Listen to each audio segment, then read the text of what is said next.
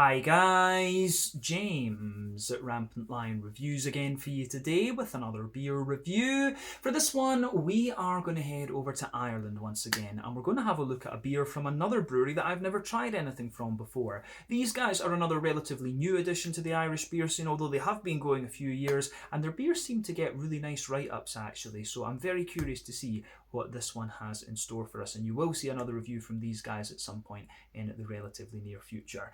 But the beer that we're going to have a look at today is a style that I've been reviewing a good few Scottish and Irish examples of recently, but not a style that I commonly drink when I'm over in Sweden and Denmark, because not that many breweries over there brew them. They tend to go for the bigger brother of this style actually. So curious to see how this one turns out. Hopefully it's another good beer, hopefully it makes for an interesting review, and I hope that you guys enjoy my take on this one as well. So yeah, for this review then, we are going to head to Belfast in Northern Ireland, and we're going to have a look at my first beer from Bullhouse Brewery. So this particular beer is called Frank the Tank. It comes in at 5% ABV, and this one is a New England hazy, whatever you want to call it, pale ale. So yeah, curious to see what this one has in store for us. So I actually have had a beer before called Frank the Tank, and that one was from War Pigs in Copenhagen, and that was very, very nice. So I am hoping that this one carries on in the same vein as that as well. But as I always say, very nice to introduce new Irish breweries to you here on the channel. Let's crack on with this one then and see how we go. So a couple of shout outs in this video though before we get started. A special shout out of course to Paul Rogers from Dalriada Imports. He is the one that's been supplying me with all these Irish beers. He imports them over here to Scotland, and he is looking to expand down into England over the next little while. So massive shout out to him, and a big thank you for making all of these Irish reviews possible. I hope you guys watching are enjoying them, and also a shout out to two of my fellow beer tubers, Brendan Sewell, who is Views on Brews, and Thomas McCarthy, who is Window Beer Reviews. These guys are reviewing Irish beer a lot more regularly than I am. I'll try to remember to put the links to their YouTube channels in the video description below, so do make sure you go and subscribe to them if you are interested in learning a little bit more about Irish craft beer, both from the North and the Republic of course. But let's crack on with this. So as always with my reviews, I'll tell you a little bit about the brewery before we taste the beer. If you want to get straight to the tasting, just fast forward. All the usual links are in the video description below. That's the brewery website, the link to my other reviews that I'll do in the future from Bullhouse Brewery. Very first time I'm trying one of their beers as I mentioned, but there's all the usual social media down there. If you want to see more reviews, do please consider subscribing to the channel. The whole channel of course has a geography based tagging system, so you can go into the homepage and search for beer based on country, city, state, county, province, prefecture, whatever it is you happen to be interested in. Do check out the playlists of beers from different countries. There is one there for all the Irish beers that I've reviewed for you, both from the North and the Republic, and that is being added to quite regularly at the moment. And as always, please do get in touch and let me know some of the other beers and breweries that you guys would like to see me review. It's always great to hear from you guys that are watching the videos, and the support that you show the channel is hugely appreciated. So anyway, on to my brewery notes then to tell you a little bit about Bullhouse Brewery. So Bullhouse Brewery, as I've mentioned to you already, is based in Belfast in Northern Ireland, and the company was founded by William Main back in 2016. So he has a background in sales, marketing and business development, and his inspiration for craft beer came from travelling in the US and visiting various different breweries over there. But upon returning to Northern Ireland, he began to homebrew for himself in about 2015, and the brewery was originally based in the former Bullhouse on his family farm, hence the name Bullhouse Brewery. But fast forward a couple of years, and having grown up and distributed all their first beers and things like that, in September of 2020 they moved to a new premises in the Balmoral area of South Belfast with a 6,000 foot floor space, and they currently brew around 20 hectolitres, 2,000 litres in other words per week, and they are planning to upgrade their equipment very soon to brew 30 hectolitres or 3,000 litres per week from next year. But the current head brewer is James McBride, who used to work for Boundary, another very well respected Belfast brewery, and there are a total of 4 in the brewing team who take turns at brewing the beers at the moment. But they plan to open up a new bar called Pioneer on Newtonarns Road in 2022, and they're currently exporting their beer to a few different countries. But as of November 2021, when I'm filming this review for you, these guys have produced about 40 different kinds of beer, and there are a variety of different styles in there that you can check out. So yeah, that is all I can really tell you about Bullhouse Brewery for the moment. A big thank you to William, of course, for giving me all the information to share with you here on the video. I emailed him to ask him a little bit about it because this was another brewery that proved to be quite difficult to get all the information on, so much appreciated that he did that. But yeah, if you guys want to learn a little bit more about this brewery, you can check out the brewery website, you can follow them on Facebook and Instagram to keep up to date with all the latest goings on, and you can check out the Rate Beer, Untappd and Beer Advocate pages to learn a little bit more about all the different beers that these guys have done. So yeah, that is it for your brewery history section. Let's get on and actually have a little look at the beer itself. So as you can see, they've got a lovely bit of artwork on this one there. You can see the Bullhouse brewery symbol there. Still love how good this camera is. It's just ridiculous. 4K, man. But it can film 8K. I've not tried it yet, but it does film 8K. Maybe need to do that at some stage.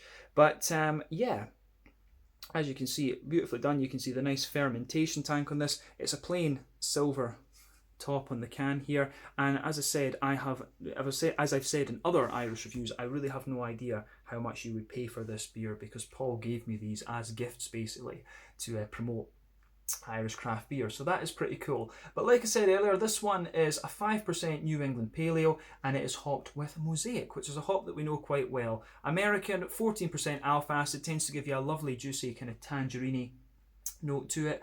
So yeah, this should hopefully be another very nice beer. But 440 millilitres this guy.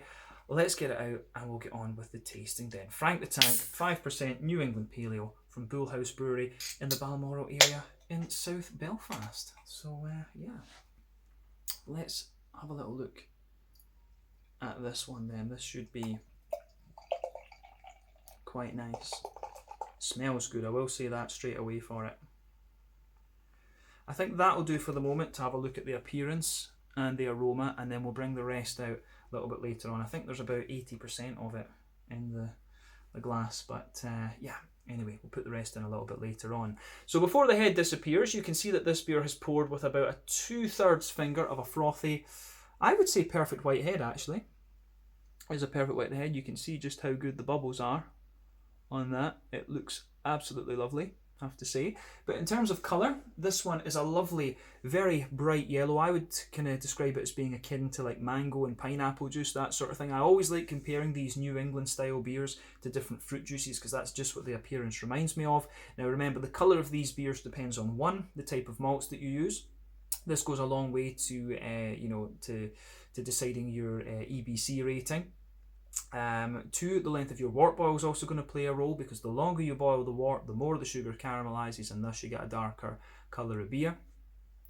And then the level of haziness that you get in these kind of New England style beers depends on the oat content, the wheat content, and the yeast. That can vary from brewery to brewery and recipe to recipe. There's no real rule about that determines, you know, that determines how hazy it's going to be depending on how strong it is, basically. But this one is not overly hazy. It does have a nice little bit of a more kind of naturally hazy vibe to it, I would say, but that's to be expected when it's a pale ale at 5%, to be honest with you. I have seen New England's a little bit soupier and gloopier than this, of course. But yeah, it certainly looks the part of a New England Pale Ale. Only 1 or 2 big bubbles sticking towards the side of the glass there. And if I stick my fingers behind the glass, you can see that it does have a really good level of opacity or opaqueness, whatever you want to call it. So yeah, a good looking beer, this one, and exactly what you would expect from the style. So yeah, let's take a closer look at the aroma then and just see how we get on with this one. Very curious to see what this aroma is like because it smelled good as it was coming out. So yeah. Ooh, that does smell pretty nice. Straight away, I'm just going to say that it's a lovely kind of soft and very just juicy straight up pale ale. You can smell, I will point this out, I don't think this beer is at its freshest. It says it was canned on the 4th of August 2021 and I'm drinking this one towards the end of November, so it's still in decent shape but not at its absolute prime. The way that you can always tell this with New England IPAs is that you can smell that the oatiness just gets a little bit more powdery and dry. It's usually the oats, I think, that give away the age of New England IPAs. But it's still got a lot of its kind of big juicy, fruity and hoppy character, so I'm sure it'll be fine. We've had beers, we've had New England beers that are this age before. It will probably still be in good condition. But yeah, aroma wise, this is very nice. As I say, a soft, juicy Easy going New England Pale Ale, this one on first impression. Not too pungent, a green component, lovely fruity juiciness, and the malt base comes across really nicely as well. So yeah, let's have a look at that aroma a little bit more in depth and describe it for you. So backbone of the beer.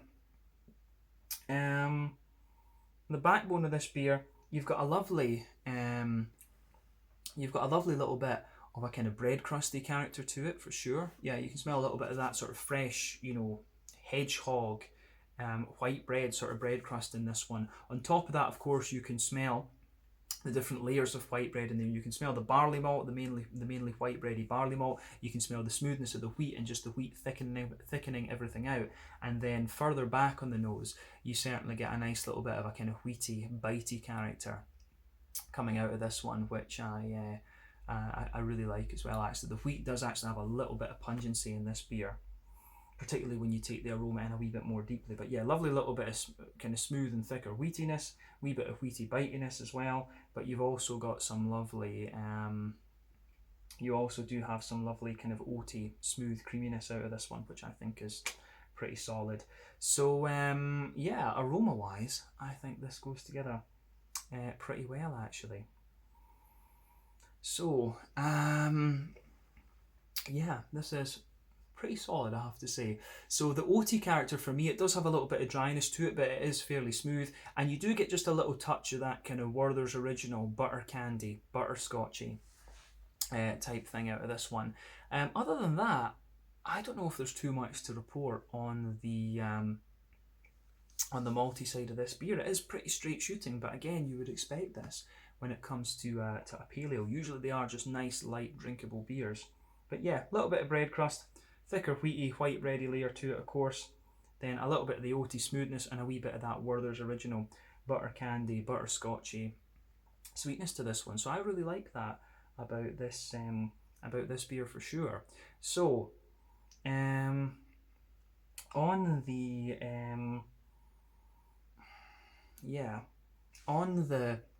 hoppy side of things, then on the green component, there's definitely a little tiny touch of earthiness to this one for sure in the back of the nose, and this is something that you quite often pick up with Mosaic. Actually, I've always found that it has this little bit of an earthy component to it, and you definitely get that in here. In front of that though, you've got a lovely big deep floral aromatic note to it, and I think it's actually, this beer actually does have a wee bit of a resinous type character to it, which is kind of interesting. That's not something that I've really noticed before when it comes to Mosaic actually. But the thing you have to remember about New England IPAs and pale ales and stuff is that they tend to rely mainly on late edition hops and dry hopping, whereas West Coast IPAs have that but also have the early edition hopping. So the West Coast ones have that big deep dank bitterness, and that shows up the green component of these hops a lot more visibly, I guess we could say, than you're going to find in New England IPAs. When you add in the last half hour of the boil, which is most common with these New England beers, that you tend to only get a little bit of the green component, and mainly you're getting flavour and aroma, and then dry hopping of course is completely flavour and aroma. You're not really getting so much of a kind of green component out of it. So yeah, I like how that comes across in this one. Another aspect to Mosaic that I hadn't really considered before. So yeah, nice big deep green floral component to this one. But yeah, so yeah, big, nice, as I say, nice big deep floral aromatic green component to this one. Some juicy, as I say, the juicy fruits are in there, but then you get a nice kind of wet, freshly cut grass aroma coming out of this one in the very front of the nose too. So yeah, I really like how this one goes about its business on the green component. You need a little bit of that kind of zippy sort of thing, either from the wheat or from the green component in a pale ale to really push it forward, in my opinion. But I think we've said everything we need to about the green component. Let's just take a quick look at the fruity side of the beer, and then we can taste it. So yeah, the fruity side of the beer for me is kind of what you'd expect. There's a lovely sort of big juicy tangerine orange note out of this one. It's actually quite soft. It's not overly pungent or oily or anything like that, but you do get a little touch of a kind of apricot-y character just sitting underneath it as well. There is something else in there for me, a wee bit of an apricot or maybe a little slight mango or something like that, but you can smell a little bit of a the grassiness just kind of sitting there on the very kind of front edge of your nose too. So overall, I think this is a very very nice smelling beer actually. So yeah, a big thumbs up to Bullhouse Brewery for the aroma. This one, it certainly hits all the spots it needs to for me. So yeah, as I always say, take a little bit of time to ponder over the aroma of the beer before you get stuck into it. But I think it's about time that we have a taste of this one. So yeah, this one is the Frank the Tank, a New England Pale Ale at 5% ABV from Bullhouse Brewery in the south of Belfast. Let's get stuck in. Slàinte, skål, cheers, and thank you to Paul once again. Let's do this.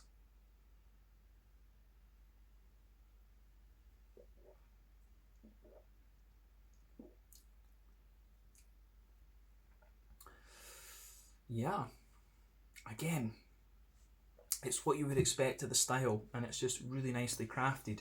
And these days, there's so many New England IPAs and pale ales on the market.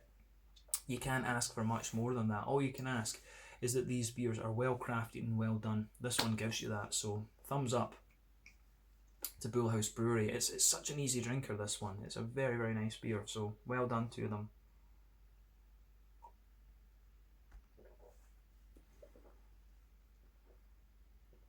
Yeah, that is good. One thing I've noticed as well on the back here, I think these guys maybe don't have a core range as such, because there you can see beer number 29, and I think the other one that I have as well had another number on it. So yeah, these guys, I believe, will be brewing a lot of different beers, maybe rather than having a core range. So that's an interesting point to make about this. I'll need to have a look at that and comment on that as we review more of their beers actually. But yeah, as I say, even for being about 3 months old, this beer is still in good nick, so that shows you the quality of the stuff that they're doing. But let's break this one down and explain the flavour to you a little bit more in depth.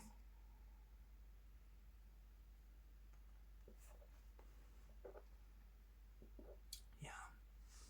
So, in terms of the malty backbone, or just as a general overview of this beer, I'd say it has the malty presence, feels quite light and crisp in a way, but it actually has a little bit more thickness to it than I thought it might from the aroma. So that's interesting. The green component, again, is really nice and smooth, and the fruity character is really nice and juicy. So this, again, it's quite a smooth, juicy, and just easy drinking pale ale, if we look at it from, you know, the kind of the basic perspective. But if we dig into it a little bit more in depth, we can break it down a wee bit more, as we always do.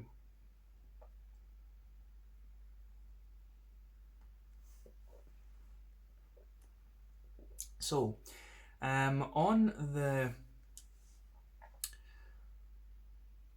the malty side of things, then, middle third and back third of your palate, you're getting that nice kind of bread crusty backbone there. That goes right across the middle of your palate there, and it comes out a wee bit more the further you go into the aftertaste. So I like that little bit of that bread crusty backbone there.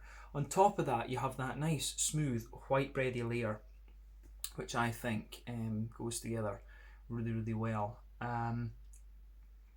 Yeah, that works. So yeah, nice little bit of a kind of bread, just that bread crusty backbone, and on top of that you've got the nice kind of barley malt white bready layer. Then you can feel the slightly thicker wheaty layer sitting on top of that. So that is pretty nice, I have to say.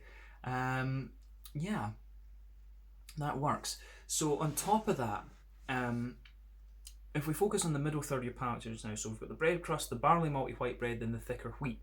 On top of all of that, you've got like a little line down the middle of your palate, and that's where the kind of more oaty aspects of the beer come out. So you can feel that down the middle line of your palate, there's quite a dense oaty layer there, and as you move out towards the edges of the palate, you can feel a little bit more of the kind of powdered oaty side of the beer coming out, which I think is very nice.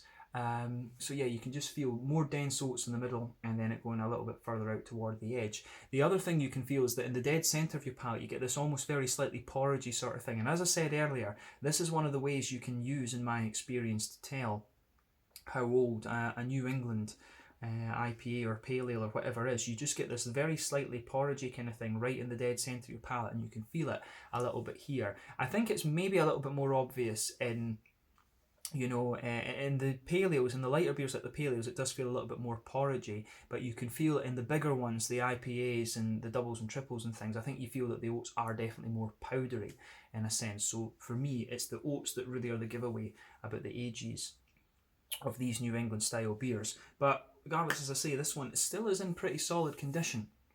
But yeah, on top of that oaty kind of layer that you've got down the middle line of your tongue, you can feel there's a little circle there, and you can feel it's a kind of sweet, there's a little bit of that sweet butter candy, butterscotchy thing. But because this is a pale ale, that is quite minimal. That thing is a little bit more noticeable when it comes to the doubles and the triples and things like this. So bear that in mind. But this is a pretty solid beer, I have to say. So thumbs up, and it's got everything you'd expect in the malt base of a New England pale ale. Nothing to nothing missing, nothing that really needs added.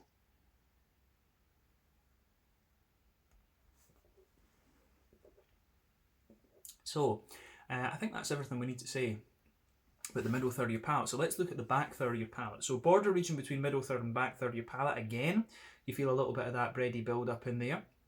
There's a wee bit of the kind of bread crusty note. Then underneath that, you've got a little bit of the bread crusty type thing. You've got a little bit of that sort of bread crusty type thing. On top of that, you have a slightly thicker wheaty layer. As we say, and I think the wheat definitely gets a little bit more bitey toward the wheat gets a little bit more bitey toward the back, the very back of the palate, which I think is very nice. So yeah, a little bit of bread crust, a little bit of a thicker wheaty layer there, and you've got a little bit of that wheaty bitey sort of thing. And then on top of it, you can feel the more kind of I think you can feel the more yeasty characters coming out of this beer. None of the oats really creep into that middle third of your palate, but you can feel the yeasty note just sitting on top of the kind of thicker wheaty layer on the back third of your palate. And again, it's a little bit like a slightly more dense, bready, very slightly doughy kind of thing. And yeah, there's maybe a wee touch of like a slightly peppery spice, but you can feel on the back third of your palate the flavour is a little bit taller. And as you come further forward, it just condenses down a wee bit. Then as you go into the middle of the middle third of your palate, you can feel it's a wee bit more. It is a wee bit more kind of squashed together, actually. So yeah, it is pretty good, actually.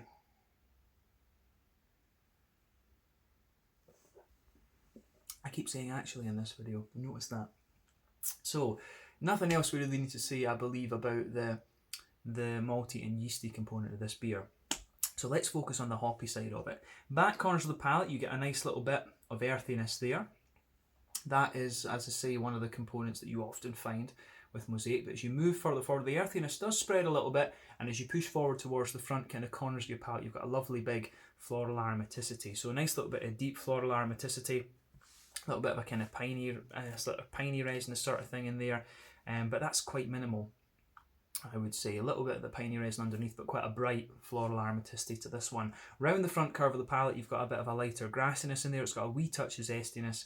And again, it works, it does work really well. So yeah, a green component is what you would expect, and it suits the pale ale style, I would say. Wet, freshly cut grass around the edge, the front edge of your palate, and just a wee bit of zestiness, which is what you want. So front third of your palate then. Border region between front third and middle third of your palate. Again, there's a little bit of a bready build up there. Then the base of that front third of your palate is a soft, white bready character with just a wee bit of bread crust, for sure. And then on top of that, you get that nice oily bubble where those juicy fruity esters just roll their way out of the beer. So toward the back of the front third of your palate, there is a wee bit of a kind of more, kind of slightly indistinct, but slightly stronger citrus. But as you move further forward, you get a bit more of that kind of dried apricot-y, slightly mango-y sort of thing. But then you can feel the tangerine, the smooth tangerine and slightly oily oranges of the Mosaic kicking out in this one. I'm pretty sure this is a single hop Mosaic beer, but it wouldn't surprise me. It wouldn't surprise me if there's another one in there, like a little bit of you know, a wee touch of Citra or something like that, because it does have a wee touch of an almost passion fruity note at the back of that front third of your palate, which is a wee bit surprising actually. But yeah, mainly it's a straight up juicy tangerine character that's coming out of this one. But on the fruity side of things, it has what you would want. The pale ales are not the most complex beers often in terms of their fruitiness, but this one does give you exactly what you want. A little bit of a kind of dried apricot, wee touch of passion fruit at the very back for me, but then a juicy tangerine quality to it, which is what you expect of the Mosaic hop. But yeah, I think that's everything we need to say about the actual flavour of this beer.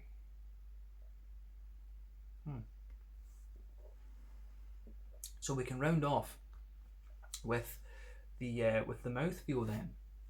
So mouthfeel wise, I would say that this beer is. I would say it's light. It's at the top end of light-bodied, bottom end of mid-bodied. The carbonation has a degree of smoothness to it, but it's also quite crisp in a sense. I would say that.